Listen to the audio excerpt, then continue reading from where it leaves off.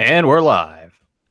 Hello, everyone, and welcome to episode 160 of Fans of Power. I am Joe Amato, and I'm here with my partner in crime, Tyler T-Rex Baker. And yeah, T-Rex, just like you were saying before we started, it seems like it's been forever. With my issues last week and not being around, it seems like we haven't talked in a long time. Yeah, just for people that don't know, Joe used to hit me up like every week about what we're going to talk about. He has since just kind of left me by the wayside. He doesn't really take that initiative. Like, hey Tyler, meet me at 7 o'clock. We got to end at 8 o'clock. We've got to figure what the hell we're going to talk about. Joe has just kind of like just taken me for granted and just thinks I'm always going to be there. And if he can't come up with something, he gives up. Like for the seating, he threw out, "Have you talked about Vengeance of Skeletor?" I said, "Yeah." Well, I give up. He's like, it's just like no effort whatsoever. Right. Just like, okay, well, I've done all I can. So yep, I was like, yep, I'm done. That's it. Goodbye. I was like, we're not talking about nothing today. But, no, it's I've never had so many issues, and I'm going to acknowledge everybody here in the chat room in 1 second. And again, thank you all for joining us. But God, it's a shame. I mean, hopefully someday I can upgrade. Like you said, it's a money thing, and I'll eventually upgrade. But I've had the weirdest issues with Facebook where it'll say somebody posted on my timeline. I go to my timeline, nothing. It's a blank screen. And it was going on for weeks and weeks, and then it went to my messages. Then last week when I couldn't give it to you guys, nothing was going on. And then the tablet I have here, the cord that hooks in to charge it, I'd plug it in, and then my screen would flicker, flicker, flicker, and it would never charge. I couldn't get, so I had no juice to do this, and there's no way I can do it on my ancient computer. So I had to wait to get that, and so I haven't been really communicating with almost anybody. So I will get back to talking with you like how we say, hey, we'll talk about it on a Tuesday. I was just busting your balls about that. I was just picking. You're right. Because when Joe hit me up with Vengeance of Skeletor, I'm like, Joe, we've done that. And when he says, I don't know what else to do, I'm like, that's it? That's all you got? Well, like you hit me up with some obscure, Ladybird book with bad audio or something like that. This might show that, hey, maybe even my message didn't hit you because I did my goofy, like I gave up just to be sarcastic. Oh, no, I saw that. I know I saw the Arnold meme you sent me. Like, I don't think he's joking. I think that's all he's got. No, I did that as a joke. But no, after that, see, this is what you might not have got. Did you see where I said, how about the Monstroid comic? No, I saw that, but I said that.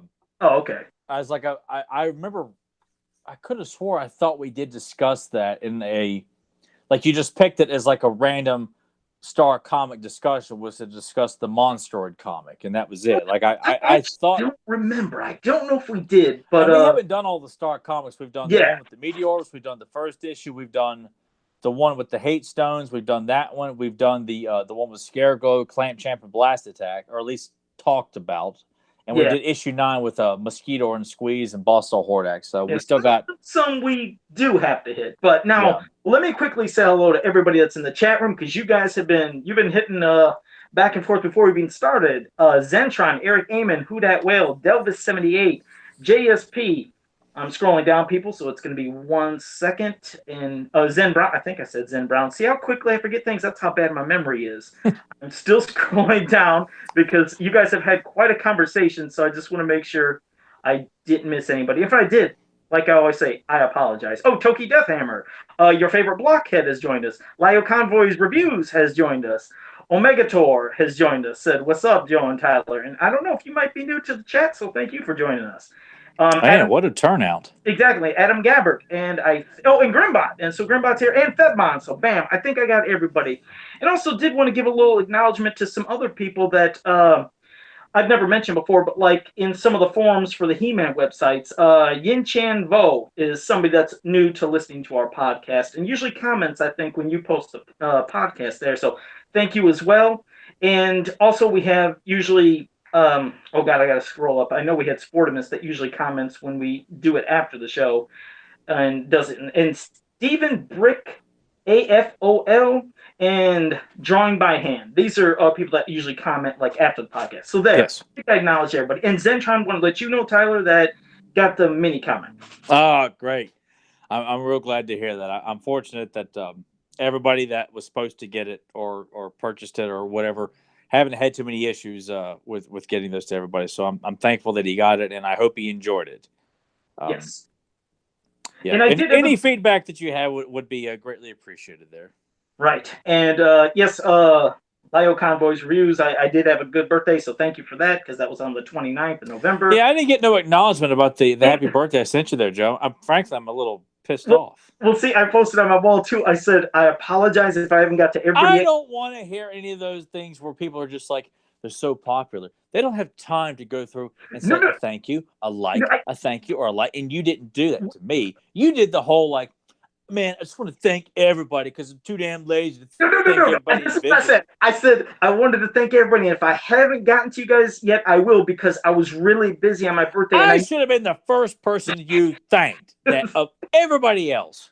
Well, you know what? I don't think I even got a simple acknowledgement that you even saw it, Joe. Well, is it because I didn't attach like a movie picture or something that referenced the meteors with it? Like, oh, clearly Tyler's just being lazy here. He didn't attach anything to a happy birthday. He can go to hell. He can go to hell and he dies. They have the weirdest things is, like, if you posted first, when I went to my wall the next day, the first person is buried down, and I'm not kidding. When I click on the recent one, it only does like 7 per click, and there was like 600 people. It's like, I'll be here for like hours until I get down to the recent, so it takes a while. Then they separate your birthday post by birthday images, by birthday videos. I was like, oh, this is hurting my head. So it was hard to get to everybody, and I still am getting to everybody. So if I haven't yet, I apologize, but I'm going to, because I do acknowledge everybody. If they take the time to say that to me, I take the time to say thank you. I really do. It's just that's why you skipped the line with me and you send me something directly through Messenger to acknowledge me, because I'm VIP in that way. You know that, right, Joe? Did Nathan get an acknowledgement?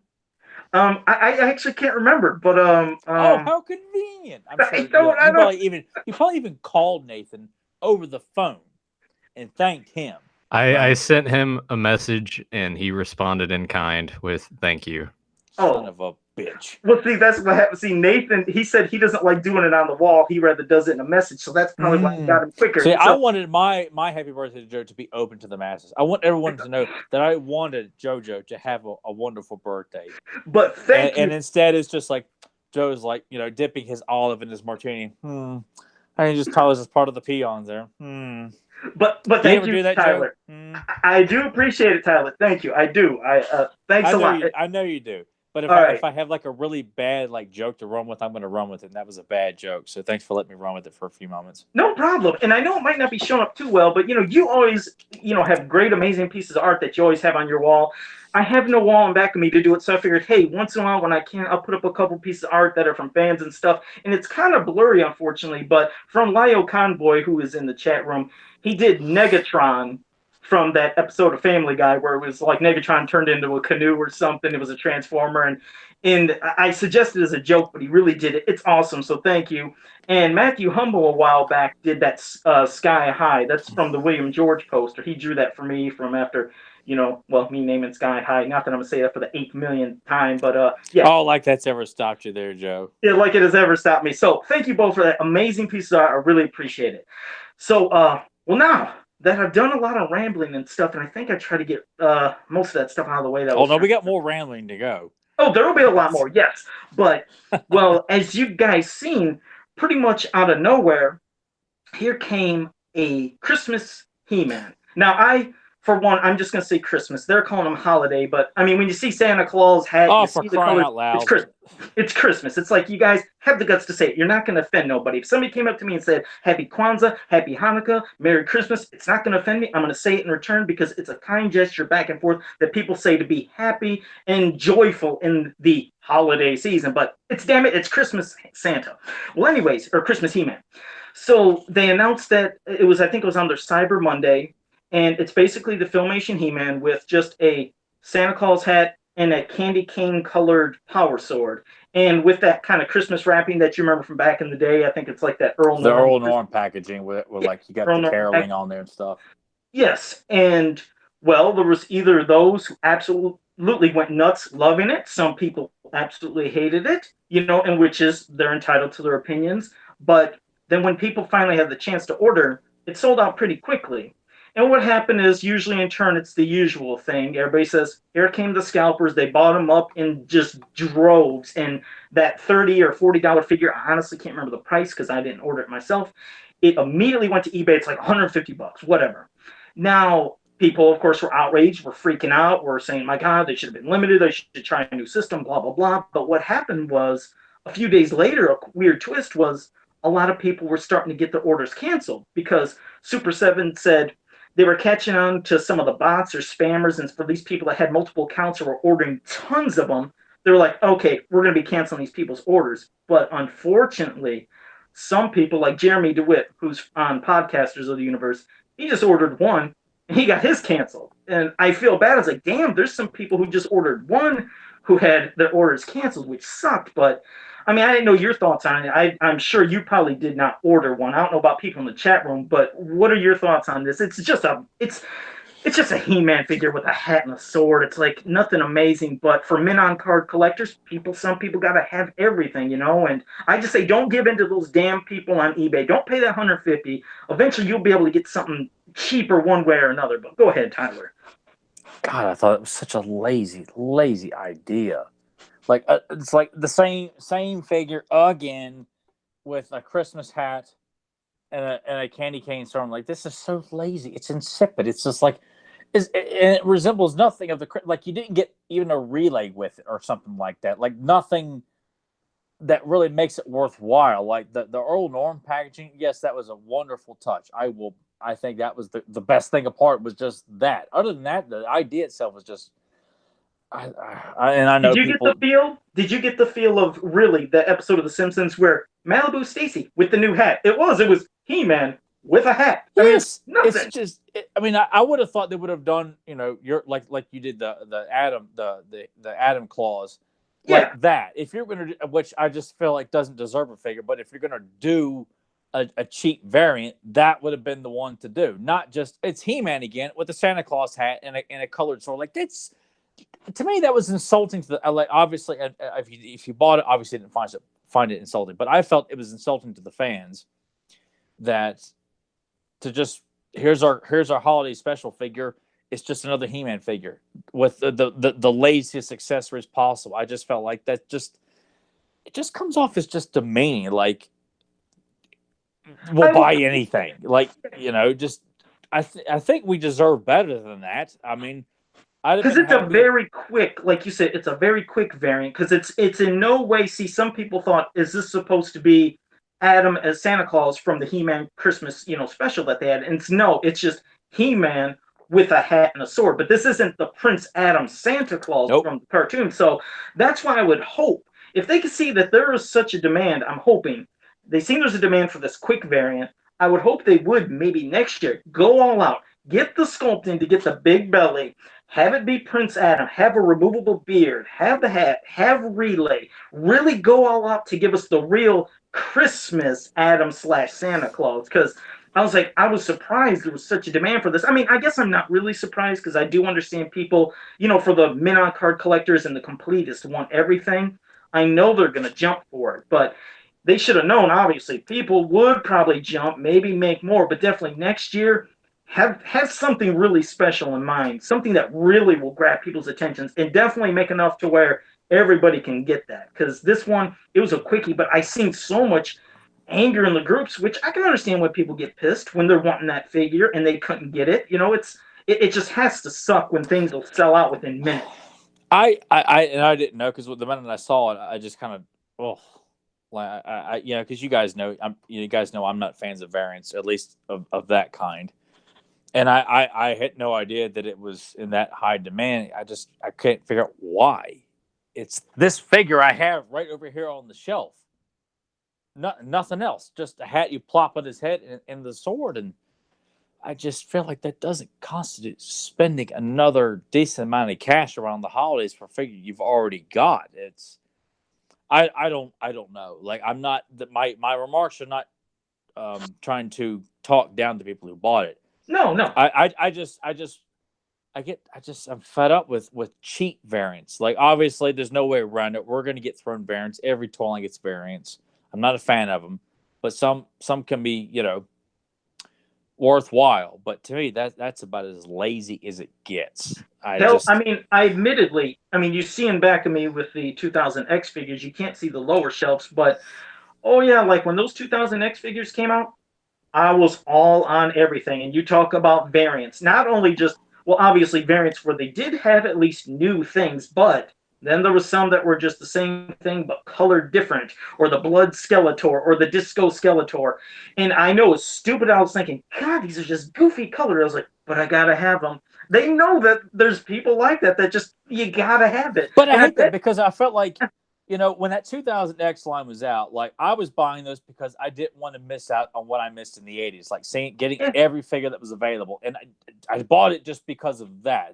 It was not because, oh my God, like this Snake Man colored, Mechanic with the alternate color, or Too Bad with with different colors on the Snake Man. I was like, I have to have it because I don't want to miss out on the opportunity I missed out on the 80s. Like that was not because it was a great looking variant.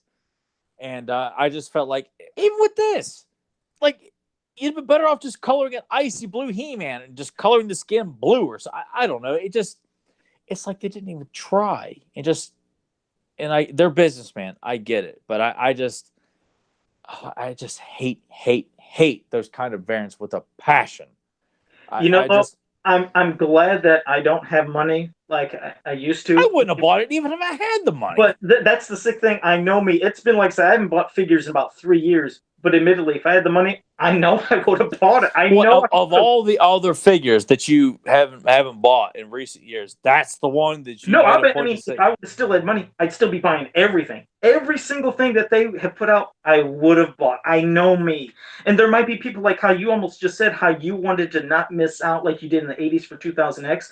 I've seen a lot of people who've come aboard for this classics line who this has been their reintroduction. Like they even missed 2000X. So they might actually have that same kind of feeling like you did, thinking, I just don't want to miss anything. And like I said, I can understand and respect it. It's just, I feel so bad for the people who didn't get it because of, like you said, the bots, the people that were just buying in droves just to go ahead and just, scalp them right on eBay. And I hope it backfires in their faces and they don't get their 150 for all the figures. Like, I bought 50 of them and I'm going to sell them for 150. It's like, man, that's just, damn, it's just rotten. I feel bad for the people who wanted it that couldn't get it. Yeah, and I really hate how much the classic figures have been going. I mean, to be able to buy vintage figures mint on card a lot cheaper than the classic figures, like that's completely imbalanced. And I commend any fan that's willing to pay the price for any of this stuff because you want to add that character to your collection. I think that's tremendous that you have that. I mean, because Nathan's done it.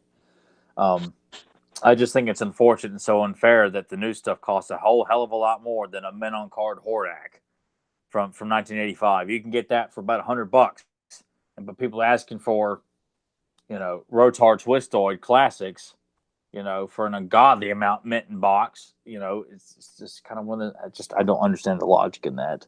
Yeah, you know what? I'm going to ask you your idea, and then I'll mention mine, ask yours, and see what fans here in the chat room would like to say. But if you were to think of a perfect Christmas gift set that they could do, like, let's say for next year, and I said gift set, what would you envision? Because this is mine really quickly.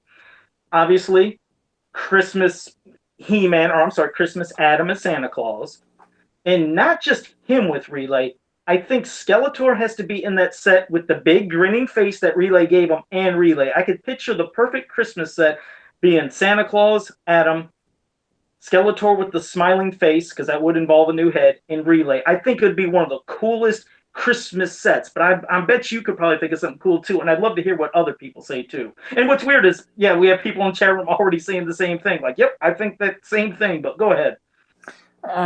It's just it'd be releasing Filmation Skeletor with a slightly different head sculpt, and that's it. I'm like, I don't like forking over that kind of cash for the exact same figure with a slight moderation to it. Yes, or if you're going to do that, then two little kids, the two little shitty kids. Well, I was thinking the two Earthlings, Miguel and what's her name, them Relay. If you're going to shoot in another full-on Skeletor, the same figure, then you better have at least 3 head sculpts. One smiling, one intensely angry, and then one sad face, like the kind of shame face that he has when he's like feeling the Christmas spirit. Yeah. Give us 3 choices. If you're going to make us pay for the same figure, give us more than one head sculpt instead of just the By the way, when I was at work last week, I saw some cadet student in one of the dining halls had a laptop up with the wallpaper of Skeletor, but it said meow on there. I so wanted to go over there and just break that laptop over the guy's head. Like, not, it's like, dude, you like Skeletor, but for all the wrong reasons, you moron. So anyway, it needs to be the Earth Kids relay. Hell, I'm not a fan of them, but if you're gonna throw in like all these variants, like I'd rather have like pack-ins of like give us one of the Manchines or something like that, you know. You have some of that, just to let you know, like Zen Brown. Well, Zen Brown called Relay the Manchine dog because some people, like Delvis, was asking what's Relay. People were explaining. Well, some people might not remember the name of the dog and know it was Relay, which that has happened quite a bit. Some people just call it the Christmas dog. But yeah, like Zen Brown was saying, the brother and sister with Relay and Skeletor box set. Omega said Snout Spout with the star and the kids with Relay. So there's a lot of people that are pretty much along the same. All right, you know what? I like that better. I want, if you're gonna do like the Santa Adam, give us Filmation Snout Spout with the star attachment to the nose, like with an extension of the nose or something. All right, because if you're gonna do that, you're giving us a Filmation sculptable figure that I think everyone would enjoy with an extending nose, or at least attachment you can snap on, put that up there. The kids Relay. I mean, all right, now you're cooking here. You got some things you can really play around with that are a little bit more original and not just, hey kids, here's the exact same figure we charge $50 for. You know, give it to us. I'm like, no, I don't support. I support originality, and I like the idea of throwing in Snout Spout, the kids, Relay, a Manchine, and Santa Adam. Like that to me, that seems more logical. Like it may cost more because of sculpting and stuff, but I think you have a much overall bigger reaction, you know. I mean, am I wrong? Do you think that would be a lot more welcome than just Filmation Skeletor release with one new head sculpt and that's it, and you're expected to fork over? I mean, I've liked everything that everybody has said because I think those are some. When you think of some of the iconic things from that Christmas special, I mean, obviously you are thinking of Skeletor, and like you said, a 3-head variants that could come would be cool. At least it would add and spice up Skeletor without, besides just being the 1 head, it'd have 3 heads and Relay, and then the Santa Adam. But if you would add in the kids, because even, what's funny is the kids, to most people that I've talked to, are some of the most annoying parts of the Christmas special. They're like, I hate those kids. But of all the stuff in the Christmas special, the kids are the most annoying thing. I mean, yeah, I've seen some people say, oh, I hate this kid. I hate him. But you know what's weird? They're like pretty much iconic, though, as from what has just been said there.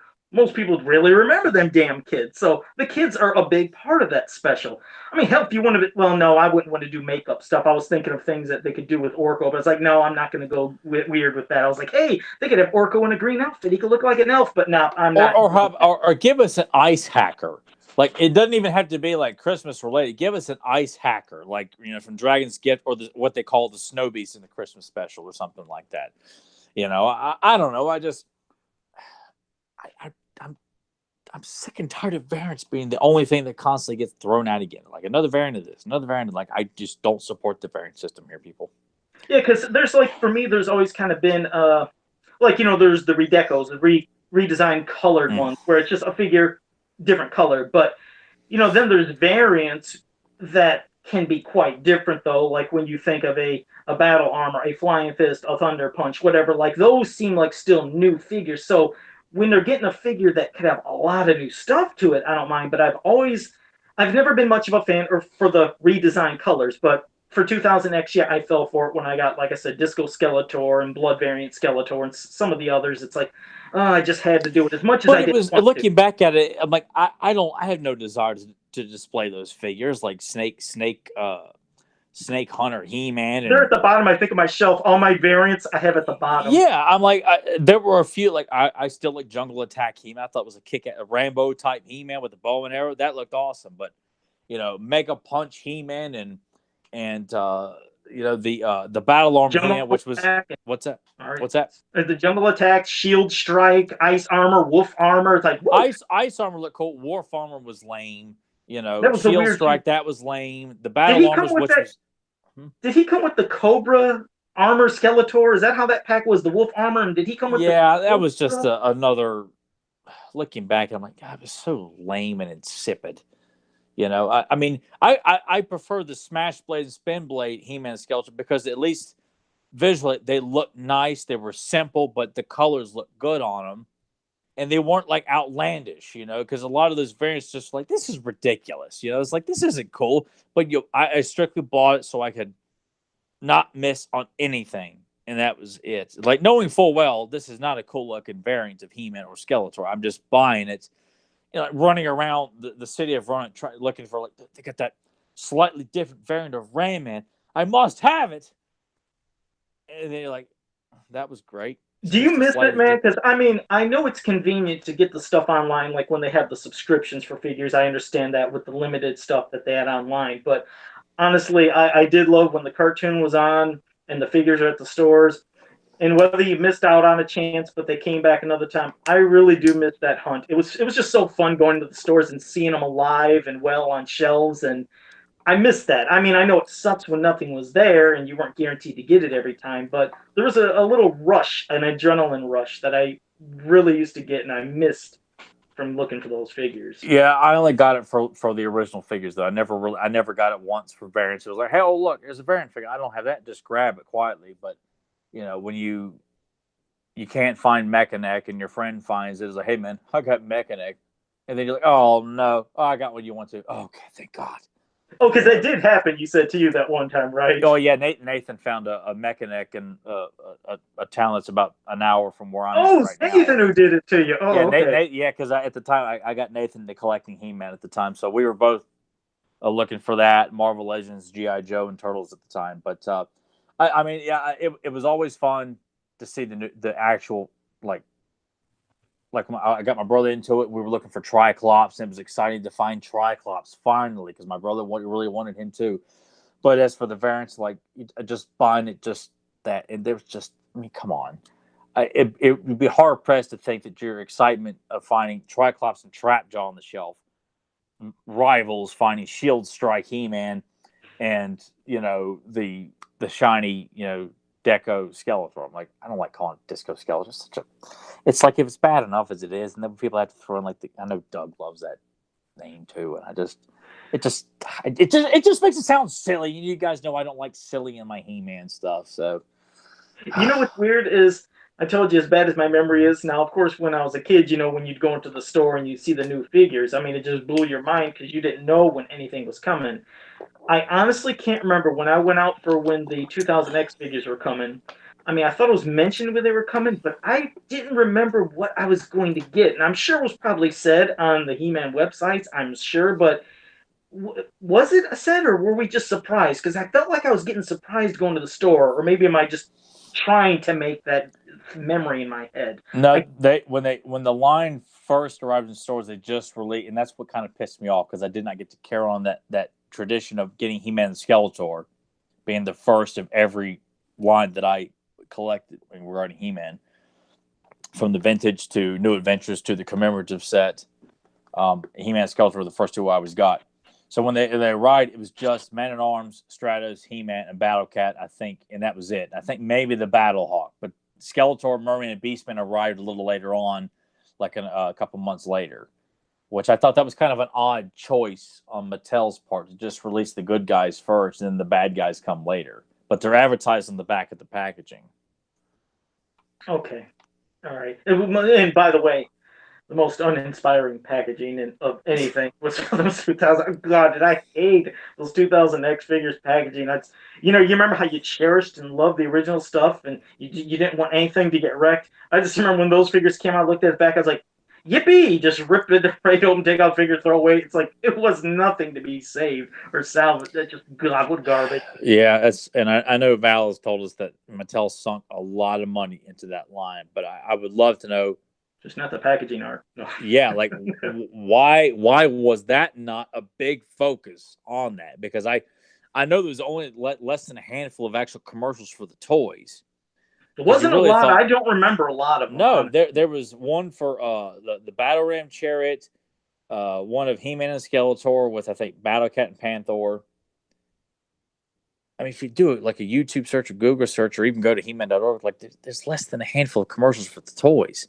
At least here in the States. I don't know if Europe and South America got any more, but I hardly ever saw them on TV, to be honest. Like, it was a big deal to me when I was like, I'm actually seeing a commercial for the toys. They suck, but it's a commercial for the toys. Right. You know what's funny is what I called the curse of the contest. Back in the day, remember the create a character contest, and we were going to get Fearless Photog and all that, and of course, never happened, and eventually the line went away. Well, fast forward years later for the 2000X figures, I remember they were having a contest for the make a commercial. And it was something with He-Man.org, and you send in a commercial like with you and your figures, and there was stuff you could win. And just shortly after that, they said, unfortunately, that's been canceled. There was like issues with, I think at the time they said there might have been copyrighted music that was used in some of the people's videos that they sent in, and it canceled it. But what's funny is right after that pretty much was canceled, they announced that the 2000X line pretty much was canceled shortly after. I was like, damn it, we need to quit having contests for He-Man. Every time they come up, it's canceled. But I didn't know if you knew, I did make a video that I sent in, and it was for the Bash and Beetle. And I was using cheesy voices, and I was trying to do like the old days, Bash and Beetle, Castle Grayskull, and He-Man, each sold separately from Mattel. I was doing this corny crap, this voiceover work with a terrible like camcorder I had set in, and I almost went, I was like, am I the one that might have screwed it up? Because what I did was, there was this one PlayStation game. Oh God, I'm trying to remember what the hell it was. It was just a horrible, wretched barbarian game. And I remember I put music on from one of the levels in the background, like just dum dum dum dum dum, and it sounded all barbarian-like. I was like, did I fucking screw the contest up? Was it my fault? Am I the only one that did that? But yeah, I did make a video that I sent in. That was wretched. So I'm glad people probably didn't see that. I don't think they would. I'm surprised you didn't upload that to YouTube. Well, that was way back when. I think that was before Man, I'm telling you, I had just an old camcorder, so I set I was gonna say, I wonder if Joe's like using like a camcorder he rented from like a local, like from the fish shop. Maybe they rented out like camcorders, and you still have it. You never bothered to return it or something like that. No, it was just one I had, and I'd set it up on the floor. So anything of uploading, I'm ignorant when it comes to that stuff. Oh, by the way, just remembered it was called Death Trap Dungeon. That's what it was for PlayStation. Never heard of it. Yeah, it was a crazy one. And no, it was not Golden Axe Entron. That game is classic. It's fantastic. But yeah, Death Trap Dungeon. That was the horrible game. And so I made a video, and it was bad. But it was for the Bash and Beetle. I think the only reason I liked that vehicle was it reminded me of Bashosaurus. I didn't buy a lot of those 2000X vehicles. I just bought maybe a handful, 2, 3. I can't say handful. I bought 3. That's it. Maybe. I bought them all, but none of them were impressionable. Not a single one. Like, you just were so excited to buy anything He-Man related. I was, but I mean I don't even know what you could say would be the worst. Like, I almost want to say like the Dragon Walker. You know why I got that? I only got that for the one variant, that the European variant that came with the tattooed legged He-Man with that dragon tattoo. That's the only reason I bought it. But otherwise, I didn't get the one in the U.S. because it was just so he didn't have the tattoo. But yeah, that Dragon Walker, I just like put it in the closet. I was like, I don't want to display this garbage. I mean, they were all just so bad, and the horrible slime pit compared to our slime pit was like, man, trying to turn Skeletor's throne into a version of the slime pit, like, it made no sense. And to throw in the bone creature from Courage of Adam and Roboto's Gambit, it didn't make any sense. It looked terrible, and it was just a shame. I was gonna say real quick, I didn't mean to interrupt you. I like the mutant bone warrior. I actually like that thing. I was like, the getting it was fine, but it just didn't make any sense. It's I don't know. It just, that's why it's one of those things where, like, I would love to know what the thinking and thought process was behind that line. What got released? Why the hell were you guys so determined to make sure that there was? If you wanted to make sure all the kids got He-Man and Skeletor, why weren't you just re-releasing more He-Man and Skeletor instead of overloading with, Spin Blade and Smash Blade? Like, that logic makes no sense. If you're worried about the kids wanting to get the main characters, why aren't you releasing the main characters in their traditional look? And I know that's the mindset, as of course we're using the same damn figure over and over again, trying to max. It's just making me angry. And what's funny is underneath some of the armor of some of the characters, they'd even look like they had a different look for even some of their armors. Like, not bad, but no, it's just, there was too many. If it didn't work for the Batman, like Batman, you might as well, God, the fandom of Batman, it's just like multiplied by a million of He-Man fans. If they couldn't get away with variants, why the heck would they even try to do so many variants for He-Man and Skeletor? It's like, that's not going to happen. And, unfortunately, it just didn't. I just hate that that's how toy companies feel like that's what they must do. Like, if I understand if you want to make sure you got plenty of, it's like with Playmates, you want to make sure the kids have got all 4 turtles and the Shredder pretty accessible because you want to make sure that that's what the kids want. But are the kids really requesting for like Neon Knight Rider? Well, no, that'd be kind of cool.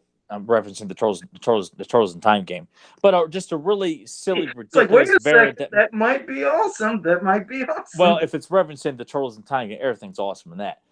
Coming on like the cool hoverboard or something like that from the Krang level.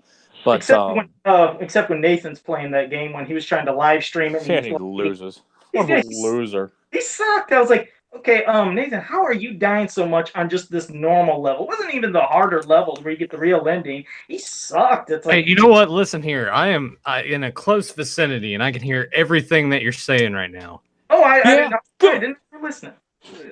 No, yeah, that was pretty bad, Nathan. That was a poor. Hey, trust me, I was mad at myself. It was not my proudest moment. But you know what's funny about that is because Tyler, he was like, man, me and Tyler play this all the time. So I was expecting this epic gameplay master was going to be tearing this apart. When me and him do play it together, we do kick a lot of ass and we knock out the game pretty quick. Like, that's just kind of what we do when we play that game. So basically, he needs you to win and he sucks by himself. Is that what you're saying? Kind of? Nathan? Well, really, we're going to feed his ego even more? Ridiculous. Well, because we know Nathan prides himself on being a greater gamer than I ever was, but if I somehow managed to contribute in a positive way of either helping or I actually beat him at something, I guess it'd be the same if like Nathan came in and schoolboyed me on what episodes that Webster showed in the Filmation show. I'm like, I ain't having this. He shouldn't know this. He can't know this. There's no way he would know this. And if he does, I know he's cheating. So I guess that's why Nathan would get so mad at me if I happened to beat him at something that he clearly has played more than I have, and I just come in, learn a few things. Just to make sure we can finally see who's better, because I'm having a feeling it might be you. You need to go over to Nathan's one of these times where he's doing this, live streaming of that game, and you do it, and let's see if you go further without dying compared to him. Because Nathan, I thought he just. I know for a fact that he won't. I know for a fact.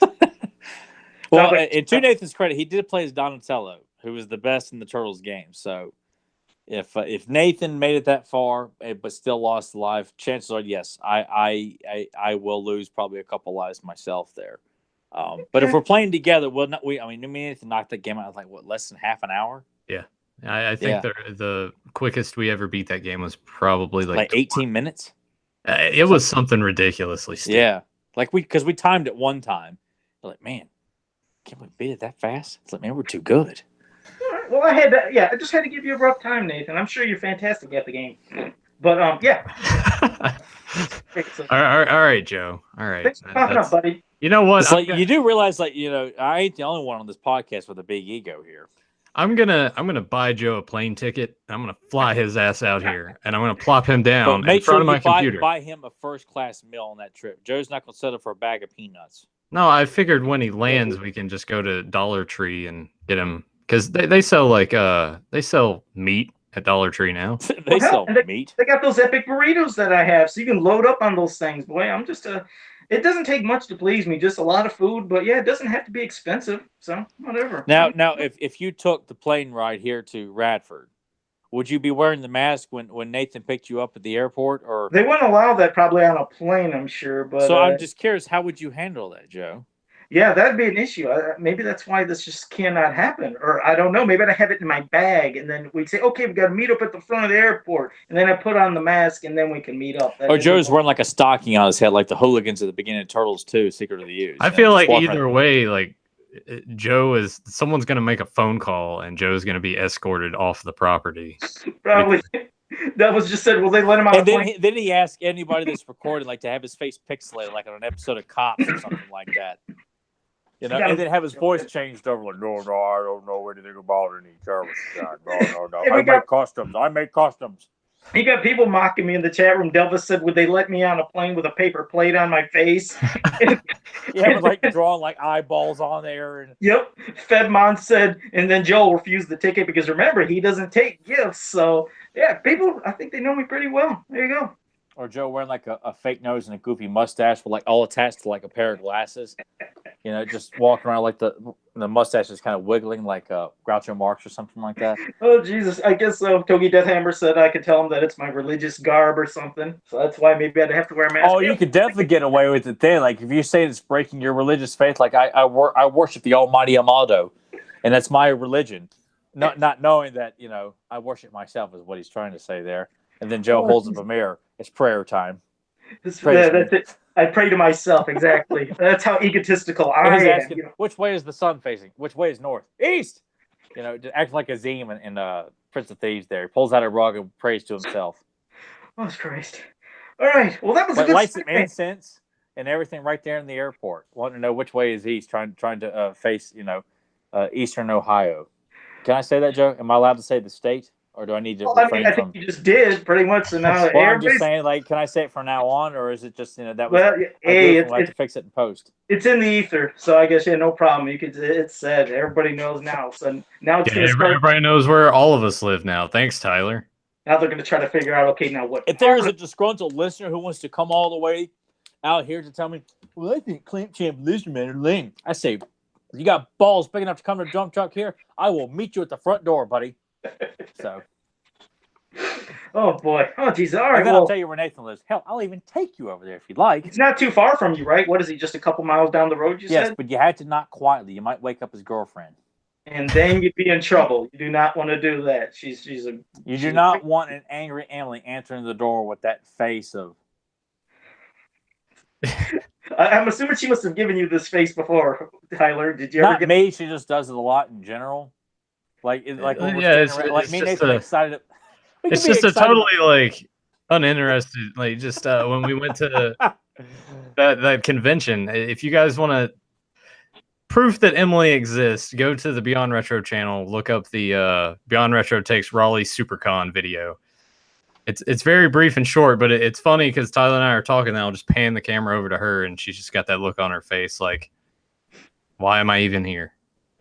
I hope she's not listening now because she's probably like, why are you guys talking about me on your podcast? Oh no, she's at work right now, so good. We can talk all the shit we want to. There. All right. All right, you're off the hook. All right. Well, Nathan, now I'll ramble back to Tyler. That was good to bring you in here for that right there. So. Well, Nathan, do you want to stick around for the end of the buzzsaw? Yeah, because you do the mini comic book. You want to stick around for that part. That's why. Yeah, we usually have you for the mini comic section.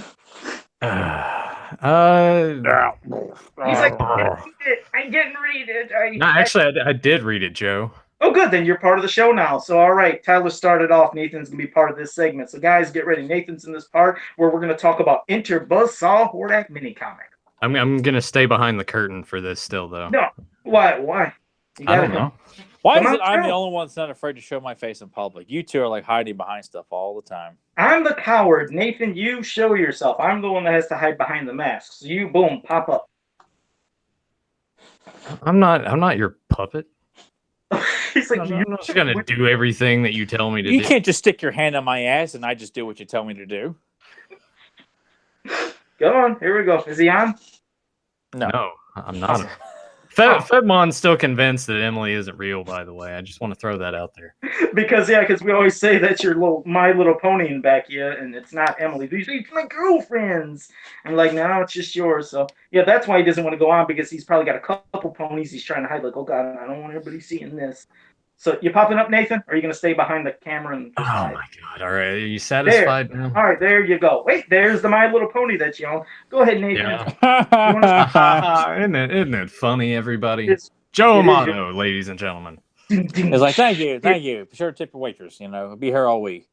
That's right. Go ahead. Start it off there, Tyler. But this is definitely a classic mini comic. We say that a lot about a lot of these books. I think I said that right. But it's a short roster, but it's really to focus on the sorceress, Buzzsaw, Hordak, and Mosquito. And we've touched on this before when we discussed Mosquito. It's got Bruce Timm's beautiful artwork. Amazing. Yeah. The way he draws Hordak is just something especially that second page, right? Isn't that one that close up on that one second page, I believe, where it's just he looks so damn frightening. Yeah. Show that page 2. Yeah, like because Nathan likes Hordak a lot, so I hope that when Nathan unmutes the mic here and pretends to know what he's doing on the other end over there, that he can contribute. I had to get the book, and someone was wondering where the Boogie Nights poster is. The door's just open. It's on the other side of the door. Okay, is that the door to the shitter? No, the door to the door to the shitter's right here. That leads into the living room. You can kind of see like. Oh, there, yeah. I can professional. Anyway, we have the movie shelf. You can see part of it there, and then the recliners right there. I think one of the dogs is sitting in the seat over there. It's going to come running and start barking. But Tyler, before we start discussing it, could you put that image of Hordak? I've already started discussing it, Joe. Where were you? No, I mean, could you put that image of Hordak up to the screen to show that one I was talking about? Because I love that damn image of Hordak. Then we'll babble. All right. Can you see it? Am I lined up all right? You're kind of off. Right there. Is that the one you're wanting, Joe? Look at that. Nathan's trying to one at me. Trying to jump on me. My camera. It's like Revenge of the Sith toys all over again. You both did it. It looked great. But yeah, that is trying to get the jump on me. Talk about a variant hit or a figure we should get. We should get Bruce Timm's Hordak. Damn, that'd be wicked as hell. But okay, go ahead, Tyler. Yeah, no, and I like this kind of mad scientist Saturday night popcorn feel to this opening here, where we're in the fright zone and the looks like the dungeons of the fright zone, and Mosquito's hiding off to the side like a Frankenstein monster, and Dragster comes in and gets greeted by Mosquito and quickly giving the audience exactly what this character can do, and then we're off and running to the Three Towers, and for those of you who don't know, this book was packaged with the Sorceress, Buzzsaw, Hordak, and Mosquito, of course. So the Sorceress is featured pretty prominently in this story, but she doesn't take over the full story. But that's why you get to see quite a bit of her in the next few pages there. But it's just a fun little action adventure episode, and to keep focus on the Three Towers, to give Mosquito a lot of prominent time. I will say I've always kind of felt that the Buzzsaw Hordak is probably the weakest of all the variants. It's probably one of the weakest figures because it's just I just didn't think it was that memorable of a gimmick, even though it's a fun gimmick compared to all the other gimmick figures, like with Flying Fist, Terror Claws, Battle Armor, and the Hurricane Hordak. And Hurricane Hordak, I just kind of felt like Buzzsaw, like it's very, very little. You know what's funny about that, and I do have a quick story about it. It's because when you look at him, he looks so damn similar to the original Hordak. Mm-hmm. If you put the figures very much. Yeah, even though you can see there's differences. Well, obviously the belt. You look at it, if you want to get technical, yes, but at a distance, they look the same. But that was the cool, appealing part as a kid for me with him, because I would act like it was the regular Hordak standing in front of He-Man or whoever it was, and I love popping that on the back of his cape, and when his chest opened, and I love that Buzzsaw coming out and flying and banging into his enemies. It was cool to me. Even though I did like the Hurricane gimmick with the thing spinning, I really got a kick out of it. Even though, like you said, translating into the comic, it doesn't look super amazing. Like, it flies out, it comes back, and at least with the Hurricane, he's doing his crazy powers.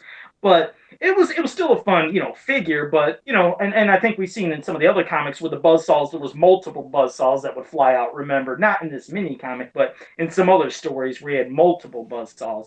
But I understand what you mean. But you also in this comic do find out about Hordak being the one that was behind also helping to create the Central Towers. That was a cool little fun point. You did, like you said, with Mosquito, you seen him drain at the beginning because Dragstore was like, who's this guy? Because, Dragstore is probably thinking he's top dog since he was created and he's so strong, but he drained some of his power. But yeah, it's a whole plot that Hordak has of trying to take Mosquito, and obviously it's all about getting that power from, the Sorceress, making this crazy clone. They figures it's going to trick everybody, but when that clone flies and wants King Randor to come help, that's when Adam knows, wait a second. The Sorceress wouldn't be asking for King Randor to come help. Sorceress would be asking for me. That's why he knew immediately something's up. Yeah. But I'll pass a little more back to you. And even Nathan, if you want to start rambling about Nathan, you jump in there. Give us your thoughts. I was just going to add, Tyler, every time you see the tower in any of these books or anything, does it bring a tear to your eye knowing that you don't own those.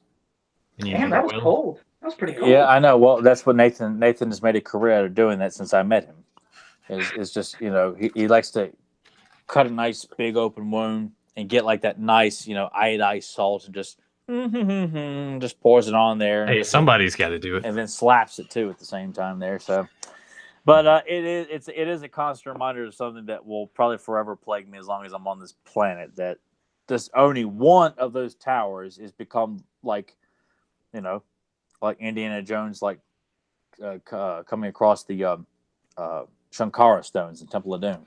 Like now, if I see those 3 stones, they're gonna glow when they're together. No, I know you said you wouldn't mind having any of them, but is there one in particular out of the 3 that you would prefer to have? Oh, definitely Central. Okay, absolutely. But I would be absolutely if I came across the Viper Tower, I'd be flabbergasted. Grayskull Tower, flabbergasted. Like I just wanted to have one of them. I don't care. Just it's just one of those things where amazing displays. Like you said, if you were to have them separately, if you didn't have them all, they all display great. But you're right. If you were to have one to have and possibly just to see the cool action features, you're right. Central Tower has all the stuff going on for it. But they are all beautiful pieces. And I've seen a lot of people that when they couldn't find everything, some people were just going after Viper Tower, just say, hey, this is kind of my Filmation Snake Mountain, even, you know what I mean? Just because it's kind of in some form like, I kind of think this is like a Filmation. I've seen so many people do it because it's like an alternative, but they're all great pieces. We'll go ahead back to Nathan, who liked rubbing it in Tyler about Central Tower. Well, I guess too, I was going to ask, like, what's the general opinion between the two of you on Dragstore? Do you like him a lot, or is he kind of indifferent to him as a character? Or? No, I love Dragstore. Okay. I mean, there's not a member of the Horde that it's like Skeletor's gang too. Like there's not a weak link. And actually all 3 evil factions, there's not one that I feel like isn't a badass and is not unique in his own right. Dragstore's definitely one of them, but he's definitely kind of takes a back seat in this one because you got to make sure it's like a new heel in wrestling. You got to get him over strong. So you got to come out, he pummels a jobber or something like that, or comes out and pummels this guy because he's got to be shown as a legitimate heel, and that's kind of how Mosquito comes out in this, and Dragstore kind of gets his ass kicked in this one a little bit. Well, I mean, it's kind of understandable that he would, because it seems that most of the focus here, and I don't know if this is how his character is in general, but very low to the ground, because obviously he's got that wheel right there. Mm-hmm. But that's his gimmick. He's super powerful, but it's like the thing when I see any of the comics that when you'd have Dragstore or Mosquito or just basically sometimes the Horde in general at any time, especially when I'd see it drawn by Bruce Timm. But otherwise, anytime I'd see them in the comics, the Horde always seems so damn menacing. And I love the cartoon, don't get me wrong, but the mini comics always seem so much more darker when they would present the Horde anytime, especially just looking at them, the way they acted. I felt very, as a kid, frightened reading the comics compared to watching the cartoon, which I still love the cartoon and it had its moments as well, but it's something I guess, they can only get maybe into comic form. Maybe that would be too frightening for kids to watch on TV, especially when you're seeing Mosquito sticking his, his nose into draining the power of somebody. It's maybe a little too violent. I mean, I don't know, but just a thought. Go ahead, somebody. all the dead air right there. To see how long the dead air would be before people just start laughing. I do it to Tyler on purpose all the time when we do shows together. Yeah, it's great. Glad you enjoyed it. Guys are terrible. I know, man. We're doing really bad right now. Well, hello first, really quick to Wiley Collector, who joined us in the chat room. Thank you for joining us as well. But no, like you said, it's a comic that's introduced. Obviously, you're getting Mosquito introduced. You're seeing more of Dragstore. You're seeing about Hordak, who's now helped create the Central Tower, which then when he wants to get his plot, what I liked is when King Randor got there, and King Randor gets the 1-2 punch like knockout.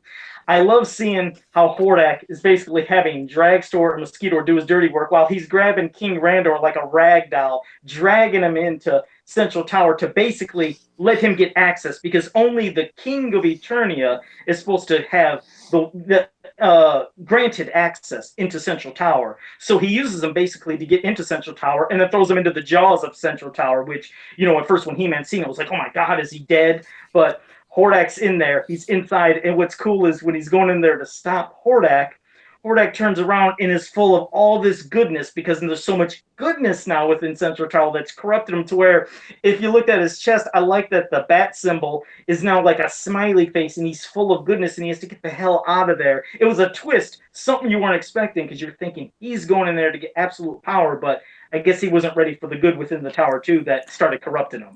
I never really liked that idea. I like the idea that the three towers, of course, in the Ultimate Battleground mini comic, they have like the elders that created the three towers.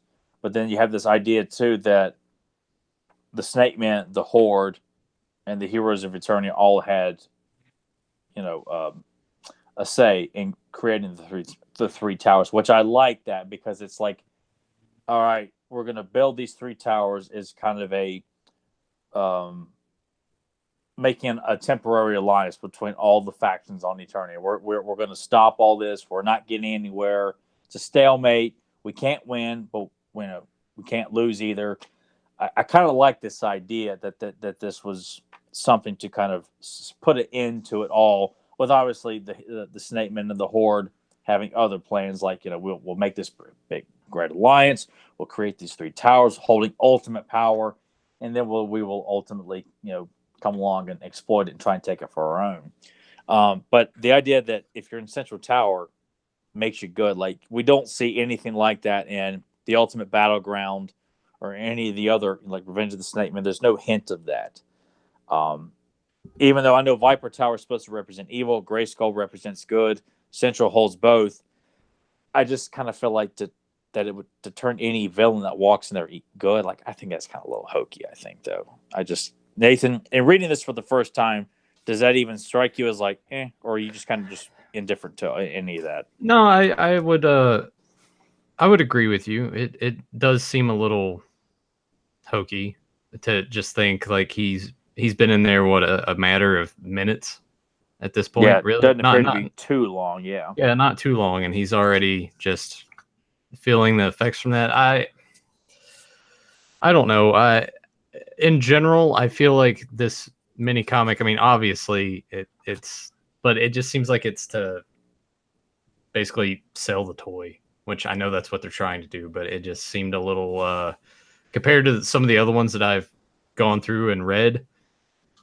I don't know, a little lackluster for me, and obviously it's a lot shorter too compared to some of the others. But I mean, it's just kind of there for me. I don't know if that's a good opinion on that at all. No, and that's good to get that kind of opinion because to everybody, not every mini comic is a classic. Me and Joe both even say the same thing. I do like this mini comic a lot, especially because of the artwork and who's in it. And I like anything revolving around the three towers anyway. And I wish we'd gotten even more concerning the three towers. The Jet Sleigh gets featured in it.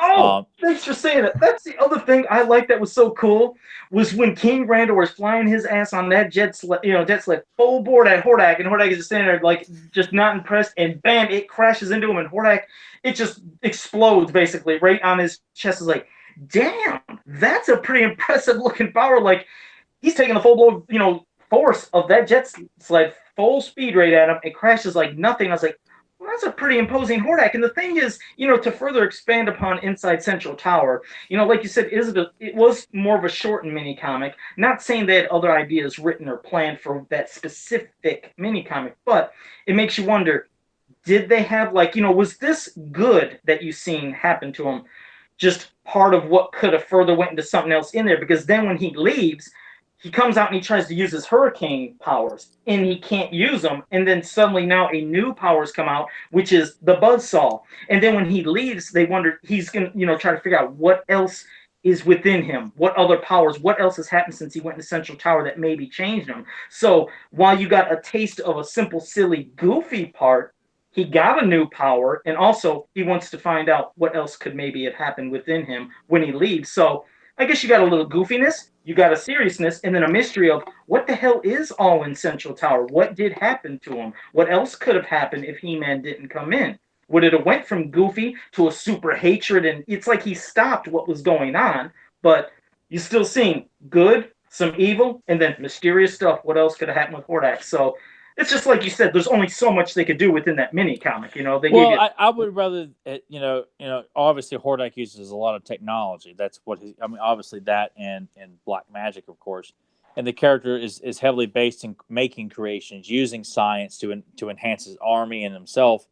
I feel like the buzzsaw gimmick should be something that he worked on himself, along with creating Mosquito, and that the idea that he somehow got it from wandering into Central Tower, I'm like, it seems a little out of place. Like, it doesn't but it make still much makes you sense. wonder if they did have other plans. Well, because you look at all the other mini comics that came out around in the same year. You got Revenge of the Snake Man, you got Search for Keldor, the Cosmic Key. Did you have to bring that up? I'm just saying. That's a little... And even though, I wouldn't even count Cosmic Key because that was just, it's a story that goes nowhere very quickly. But of all those, and then even the year before with the Ultimate Battleground, it just doesn't. I mean, I feel like everything kind of follows the same template and ideas concerning the Three Towers, and just that idea that Hordak walking in becomes good, loses his Hurricane Hordak powers, but gains this new power. I believe it more if it's something he created for himself, because and I know he does that. No, you're right, but it just makes you wonder of the mysteries of the Central Tower, since it's holding the power of the good, the evil tower, and then of course what's within it itself. It's like it makes you wonder what else. Well, when they say that Central Tower holds both good and evil in it, yeah. So but I would rather not have that. Nathan, is this confusing you at all? No. And I think it's like, how dumb are you? No, it's not confusing. It seems like ultimately it was just a way to justify a variant figure. Yeah, exactly. It was a way of getting a figure out, the variant of the buzzsaw. And I'm sure that if they wanted, they could have went even deeper. But I think I appreciate the fact, because that's what these mini comics are for too. They are an advertising. They're little commercials for the kids to help. Like, oh, I don't own Scareglow. I'll buy Scareglow too, since I got this mini comic with Ninjor. I get that, but I just kind of felt like most of these comics, there is some logic to it, even though I'm sure the people who wrote these and the editor, they realize these are for kids. You don't have to get super serious with the logic. However, we still enjoy these because they're fun stories that still hold up, because there is some good writing, some logic put into these stories, some good dialogue and things like that. So you kind of feel like they were not treating kids like, morons when they wrote these stories. So that's why I kind of feel like shoehorning in Hordak's new power at the tail end of it, to me, it would make more sense that he would acknowledge this new power that he's going to test run on their assault on the Three Towers, which I just feel like, you know what, I should just rewrite Inner Buzzsaw Hordak and just have that established at the beginning, and then it would make more sense at the end, as opposed to like that kind of forced. Yeah, it's like I almost want to say it's like kind of shoehorning in Steve Austin becoming a heel with Vince McMahon at WrestleMania 17, Nathan, right? Doesn't make any sense. What? see, I do that to him, and he just throws it right back. You see how this? Yeah. Because you do hate. Remember, you hate that. Oh, Zentron did want to say something to you, Tyler. Saying, speaking of mini comics, please tell Tyler I liked when the Power Sword came out of the Beast covered in blood. So that's been something I think some people had liked particularly. Was that the death of the Beast monster with the Power Sword flying or being smashed out of his head? Yeah, I kind of got that idea from Luke taking on the Rancor and Return of the Jedi. Except essentially, like it I don't think it's like Carson drew it like He-Man's like piercing up in his mouth. But what I really wanted was for the Power Sword to be lunged into the Beast monster's mouth, where he couldn't close his mouth, and then He-Man leaps on his head and smashes it out of his head. So, but Carson got it pretty damn good for what I was going for. But that's where I got that from, or at least the idea. Even though Luke clearly doesn't do that to the Rancor, I just cranked it up a bit. So glad you like that part, bud. See, there's blood in many comics. No. But like, hey, yeah, and we didn't go with too much blood because Carson really wanted the books to feel like they were part of the mini comics of the 80s. And even though there is some blood, like a double-edged sword, right, Joe? Oh, you know what's funny is that came up. How the hell was that? I think Larry Houston was talking about the new. Yeah, I know. I'm trying to knock sense into my old senile head. You know me. I can't remember what the hell I did 2 hours ago. Did you think of Lance Henriksen when he did that? Did you think of what? Like you're acting like Ed Harley. They're smacking your head. Oh, okay. All right. He doesn't know who I'm talking about, do you? Pumpkinhead. But no, Joe, I'm right there with you. I went into Walmart. I'm like, this is what I'm gonna get in my head. And then as I'm walking in, there are people at the entrance like arguing with each other. And then I just went in there and I'm like walking around. I was like, what did I come in here for again? So yeah, my memory is just as bad as yours, sir. Well. Anyways, I think it was Larry Houston was bringing up about the some of the new or recent mini comics. I don't know if it was some of the got some of the He-Man ones that came out. Not it was the ones before the Thundercat ones. I can't even remember, but they were discussing some kind of mini comics and where there was some kind of blood. And he was like, "Is that what people want in their new comics? Is blood?" Because he was like, he felt like He-Man never really had blood back in the old days, and I don't know if there was a crazy back and forth with people, but I usually try to avoid because I understand what Larry was saying. And what's weird is I was going to joke. I was like, "But Larry, your comic had blood. Don't you remember Double-Edged Sword? When He-Man's going through all the plants and all the other scenes, it's regular plant juice. But in the end, for whatever reason, the colorist drew that last panel dripping with red blood. It was just to be a joke, not to be serious. But along the serious line, there has been blood in vintage He-Man stuff from the Sudburn Legacy when He-Man decapitated a living snake. The head goes flying off. There's blood all over the sword. There's blood pouring out. So there was blood in some of the original stuff. But I know what he's saying. You know, it's like, yes, I know people weren't tuning in and looking at the mini comics back in the old ages to see people ripping everybody to shreds and blood pouring. But we just like good action adventure. It's fantasy, and if there's a little squirt of blood here and there, I can understand it. But it's not like some people think that adding blood makes a better story. It's like, no, just write a better story. Just because you're showing blood or people getting killed doesn't make that a better story. Anybody could do that. But how about writing something that's interesting that can hold somebody's attention? So there's a difference with that, you know? Yeah, I think blood in moderation to help kind of further a story along kind of helps. I had just the wrestling mindset, like, Attitude Era and everything. It was just blood, blood, blood everywhere. They're blading, cutting each other all the time, like all the time. And now where they don't do it so much, like if it happens hard way or, there is like an accident, or they've kind of opened themselves up a little bit to be like, all right, we can go ahead and do this for this angle kind of thing. I feel like sometimes a little bit of blood like helps. It kind of, it shows that like the stakes. It shows the severity of it. Yes. Yeah. Perfect. Took the words. And I think seeing that, I mean, when we were kids, you have an idea because we all grew up on movies and stuff like that. You are aware that when things get violent, there's going to be some blood at some point. So I don't think it would have been in poor taste to occasionally, like some you see in one of these, if Ninja was to fire an arrow and it skimmed Clamp Champ's shoulder because he was off balance sense wise, you see like a smidgen of blood kind of spew out of it, just his delt or something like that. Just something to at least show he took a bit of a cut. Nothing like, oh God, I'm bleeding and just squirting out, like in Kill Bill or something like that. No, that's ridiculous anyway. Not in Kill Bill, but it would be in this. I think that's perfectly fine. And I think people plus what parent is sitting around, it's the same parents like, you don't need that. You're just going to go home and throw it in the corner. Oh, you don't need this. That's just trash. I just don't understand like what parent would be looking through this stuff, looking for like mistakes so they can write letters to Mattel. And pull a Reverend Lovejoy's wife. Think of the children.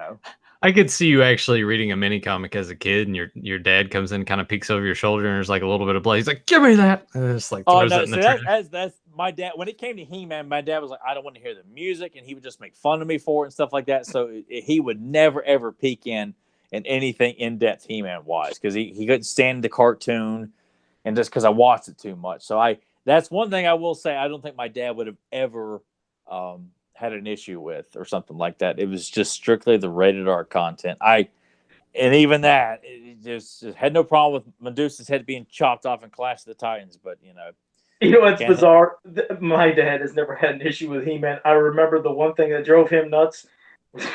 I think it was Saturdays when it came on Pee-wee's Playhouse. Right when that song, my dad didn't like that show either. Yeah, but my he dad. loved Right when the song came on, he's like, "Could you just change it?" I was like, "But I like this." He's like, Okay, he's like, I'll be back in a half hour, and he just leaves. He hates that.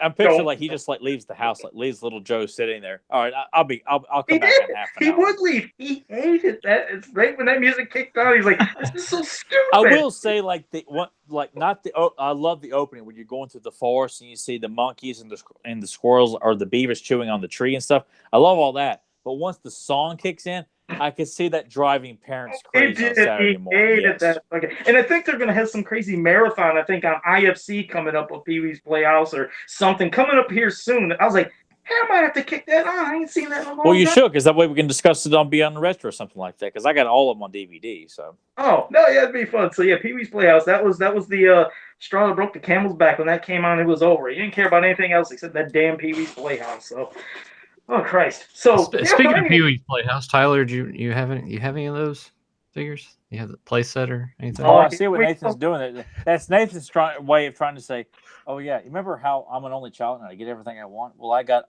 not only all the figures, but I got Pee Wee's Playhouse playset as well. Hey man, when that dog was chasing you and your brother, and you could have left him behind, then you would have been an only child too. And you still got the box. No, because I still would have missed out on Pee Wee's Playhouse because that playset came out, I think around the time or right before my brother was born. So I still would have missed out on Pee Wee's Playhouse had those big dogs taken my brother.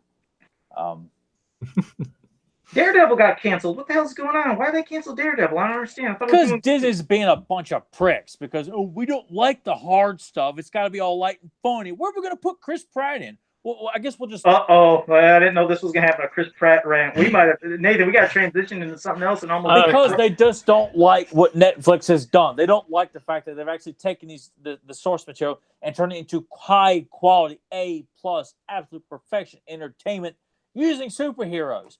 We don't want that. So, Buzzsaw Hordak. I agree with Tyler on the fact that in the mini comic, it should have just started like this is a new thing he's working on. And he wants to go test it out. I think that would have been a better way to go about that. I'll bring it back. That was a good way of bringing it back. No, but it's a great mini comic. For those who haven't read it, of course, get the mini comic. Or if you can't find just the mini comic, or you want that whole damn gigantic book that both of them showed, get that sucker. I'm sure you can get on Amazon at a cheap price, but has every mini comic in it, and you can look at all this goodness that you haven't seen in years. And the beautiful art of Bruce Timm, Alcala, Texera, and so many others. Larry Houston has worked on more of the mini comics than any of the other artists, who gave us so many original characters more than anybody else as well. So you got to get that thing. You got to do yourself a service. Buy that book, read all them things, and then you can. It's heavy. It's so heavy. I'm sitting there. I'm just like, It is big. It is a big book, and it's well worth it. Like, you have every one of the He-Man, She-Ra, New Adventures, has other things in it as well, so you're getting a lot of goodness. So, but sucks we never got any Axel's book in there. We got those 3 god awful, tail end ones, that Scott Knightley wrote with all the ugly artwork and everything, but we never got any Axel's mini comics in here. We did get Kevin Sharp's comic that he did for the 2000 X line. We got that. Which looks kick ass as all get out. Is that the one that came with the spin and splash or smash variants that we never got? Yeah. Okay. Yeah, we got that. But I hated the fact that we got those last 3 mini comics with the stories that made no sense, and Hero Unleashed, and Hero gets killed within the first few pages of it, because we got to make sure we just. I don't want to get on that, really. That one really angered me. So I'll never want to talk about that comic. Just like how we said you know what? Let's make that official. We will never discuss those first 3 mini comics that came out with the classics line ever. And along with The Island from MYP. Those are just things that we probably will always leave alone. Never going to discuss. But Star Child. That was another one. But all right, coming next week, we're going to talk about all the crap that they don't like. Right. It'll be a solo show, and Nathan be the only one on here. That's what I'm saying. It'll be Nathan by himself, and it'll probably be the highest rated one ever. He's gonna we're gonna talk about these mini comics, the MYP episode of The Island. We're talking about the Star Child, all the stuff they said was good. I'm gonna do it right now. Let's see what everybody thinks. It's like, oh my god, it wasn't as bad as we thought. Oh yeah, it's gonna be Nathan acting like Garth on Wednesday. Just like, and then me and Joe are like, "Did you ever see that movie Scanners?" And just waiting for Right. Nathan's head to blow up live on the YouTube. The internet, YouTube. Man, on the YouTube, on the YouTube. like an old man. Yeah, on the he's YouTube. on that there YouTube over there.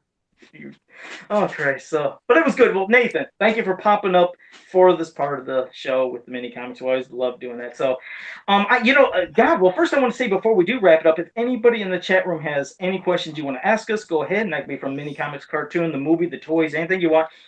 Start popping them in here while I pass it to Tyler if he has any recommendations, things he wants to say. And Nathan, I didn't know if you wanted to stick around for until at this point, I may as well, right? Yeah, you might as well stick around. So we'll see if some questions come up. But go ahead. Wait a second. A movie quote. I'm going to do it from Zentron real quick. He said, "Movie quote. Please say it slightly frantic, Joe. Oh shit! Oh shit! Oh shit! Oh shit! Oh shit! Oh shit! Should I know that? I don't know it. Do you, Nathan? Most of Zentron's movie quotes are just things I'm like, I feel like I've heard that in 20 other movies. Well, we'll have to see if it pops up. But now we're going to go to JSP. Let me see if he... Oh, wait, he was just saying he believes the mini comic reprint book is roughly $13 on Amazon because he was doing that for Delvis because Delvis said he's having a heck of a time trying to find some of the books that's out there. Wisdom Files. Wait, somebody new just popped up in the chat room. Thank you for joining us. Says, would you like to read a Masters of the Universe novel? Shoot, yeah, we read anything. As long as I wrote it. It's kind of like as long as I did it, and a forward by Nathan, like validating my ego. And I did want to say wisdom. And I was like, you notice I didn't say Motu out loud. I don't say that. I did it just to say that to you now, but they put the abbreviation. But I pronounce Masters of the Universe. I never pronounce the abbreviation. That's just for typing. When I say it out loud, I'm going to use my crazy talking, my quick way of talking, of pronouncing and saying that out loud. So, Zentron said that was from Police Academy 1. I don't even remember the part where that happened in Police Academy 1. Oh shit, oh shit, oh shit, oh shit. Yeah, that could have been like anything. Huh. Old Delvis. Yeah. Delvis has touched a bit of a nerve right now. Delvis just said his Nathan Shaggy stunt double. I had someone at work say that to me too, like, you kind of looks like Shaggy. I'm like, I don't think that's kind of the remark I really need to tell him. He's like, yeah, you're probably right. I've gotten that so many times throughout my life. I've never even thought of that until like David mentioned that at work. I'm like, I guess I could kind of see it, but it's just one of those things. Like I never thought of Nathan looking like Shaggy, or last week someone said he looked like Melvin from Toxic Avenger. I guess because of the hair. Which I'm like, dude. I don't see it at all. Don't see it at all. But Gene Starwin just popped up in the chat room, so thank you for joining us. Says just got here. Says I thought you were going to say Gene Shalit. What the critic? Do you guys think that there could have been improvements with the holiday He-Man figure? There were people that wanted the Santa suit. Apparently, well, hey, Gene, just to let you know, you'll have to flip all the way back to the beginning of this episode. We went in depth about that, so I think you'll enjoy hearing what we had to say about that. But thank you for the question. But yes, we actually answered that, and we said it right at the beginning, and you'll hear our thoughts on that. Because if we start again, we'd probably be here another half hour. So we did that in depth. Let me see. I'm trying to see if there's any questions. Why does Tyler hate Wellington? What's that? Seriously though. Wellington Alves? Why does Tyler hate Wellington Alves? What is that? I don't know what that is. I don't know what that is. Okay, let me see. Next week, Joe, you better get the quote. Or is he hate Scott writing the comics? I don't know. Did Wellington do the art or something? I don't know. I don't know who did the. I'll be honest. I don't know who did the art on that. I don't know who did the art. I mean, the art was okay. Or the writing? Scott Knightley did the writing. Oh, okay. It says here, penciler and artist. So, works for DC. That's what's showing on here. That was Wellington that did it or something, or what? Not sure. It's not showing any of his. Well, I know Scott did the writing for those first 3 mini comics. I don't know the artist. I wasn't as impressed with the art. I mean, especially he's the artist from those mini comics from the classics. Wasn't. It's not like awful by any means. No. Wellington drew them. I guess Wellington drew them. Okay. All right. Okay. It's not ugly, but no. My problem was the story. The story was just god awful. It's a story that I just don't want to revisit. I'm thinking of when I remember the original Powers of Grayskull Part 1 and just envisioning what could be. And it's like, no, what we got for that 2 and 3 is not what we would have got back then. No. Yeah, so I don't even like revisiting that. But thanks for bringing that up. Wisdom Files is going to ask a question that I know is going to be said very quickly with Tyler with probably like 3 words, but what should the next DC Masters of the Universe crossover comic be? Tyler's probably going to say nothing. I don't know. Go ahead, Tyler. What do you think? Okay, for a second there, I was trying to. He's not. He's asking like crossing over DC and He-Man, or DC doing another He-Man crossover. Well, just doing like how we've seen already a few of the DC. I think they need to stop doing crossovers because they can't get He-Man right in his own book. They sure as hell can't get him right in a crossover book. So, and I know there are fans who like the Injustice stuff, and I'm glad you guys can find enjoyment. I can't, and I can't find any joy in anything DC's done with him because they just don't care enough. So that's why I'm like, I just until they can get He-Man, and it's almost as if like they feel like, well, we can't do anything with He-Man unless we cross him over something because who cares about He-Man? He ain't Superman, right? Yeah, well, I guess all right. Well, yeah, because Zen Brown said there shouldn't be another crossover after the Injustice. Zentron said, which classic Masters of the Universe character would you like to have get their own mini comic? I've always said Zodak. I always wanted Zodak to have his own mini comic. It was the one character that, didn't appear in a mini comic, and I thought, damn, it'd be cool to see him really show out. So for me, it'd be Zodak. There's so many others though that could have great ones, from Clamp Champ to Scare Glow to Ninjor, with their own individuals. But I've always wanted to see something for Zodak. What about you? Jitsu. Jitsu. I think Jitsu, even though he's featured in just less than a handful, I think making him a focal point villain, even if like Fist is not involved, like He-Man versus Jitsu, that's something I would love to see. Like, it'd be cool. As like the like Skeletor and Jitsu. That's it. Nobody else. Make Jitsu the focal point of the story. You can throw in Fisto if you want, but I want to see He-Man and Fisto. I wouldn't even want Fisto in that. You're right. I would just rather have. Because people. That's something I would still like to see because He-Man is the hero. I would like to see He-Man take on Jitsu in a sword fight and in a hand-to-hand combat fight as well. Yeah, let them have their moment. Okay. Yeah. Gene Star went, you said it'd be cool to see Masters with Transformers in a perfect crazy world. That would be a weird crossover. That would be neat to see, I admit it. Especially, like I said, if somehow Transformers even popped up on Eternia and started taking over like the Wind Raider, the Attack Track Spydor, and they turned into their own Transformers. There could be some crazy crossover insanity in that. So, but thank you for that. Omega Tour says, how do you guys feel about Scott Knight's work on Masters of the Universe overall? Well, he's he's a very passionate fan who obviously helped, keep promoting and getting the figures out and everything. As for those mini comics that Tyler spoke of, no, I'm just not a fan of that. I'm not a fan of some of the bios, but his work to keep it alive and do things that you see. I know, like you said, there's a lot of people that, I don't really like Scott, or some people, I love Scott, and everybody's entitled to their opinions as long as they're not being asses to each other and attacking and being vile about stuff. People can give honest opinions, but you got to think about, as being a brand manager, not many companies, when you think about like, hey, would you like to answer this series of questions about what's coming from NECA next, or what's coming for Transformers or G.I. Joe or Turtles? Usually don't hear from any brand managers. Just to take that kind of step out to answer and talk with fans as much as he did, that's something I'd never really seen from anybody, and it got him a lot of flack from some people, but a lot of love. So he didn't do anything that, in my opinion, completely destroyed Masters of the Universe. It's just, he was a fan that came in, took over, did what he had to do, getting us all these amazing figures, and was very passionate about it. And I don't think that it was something that was a bad job. Like I said, am I a fan of those comics we spoke of? No. But his passion, he got us a lot of stuff that, hell, you got to look at the amount of figures we got, and it's more than any other line ever had. But I don't know about you, Tyler, but just my thoughts.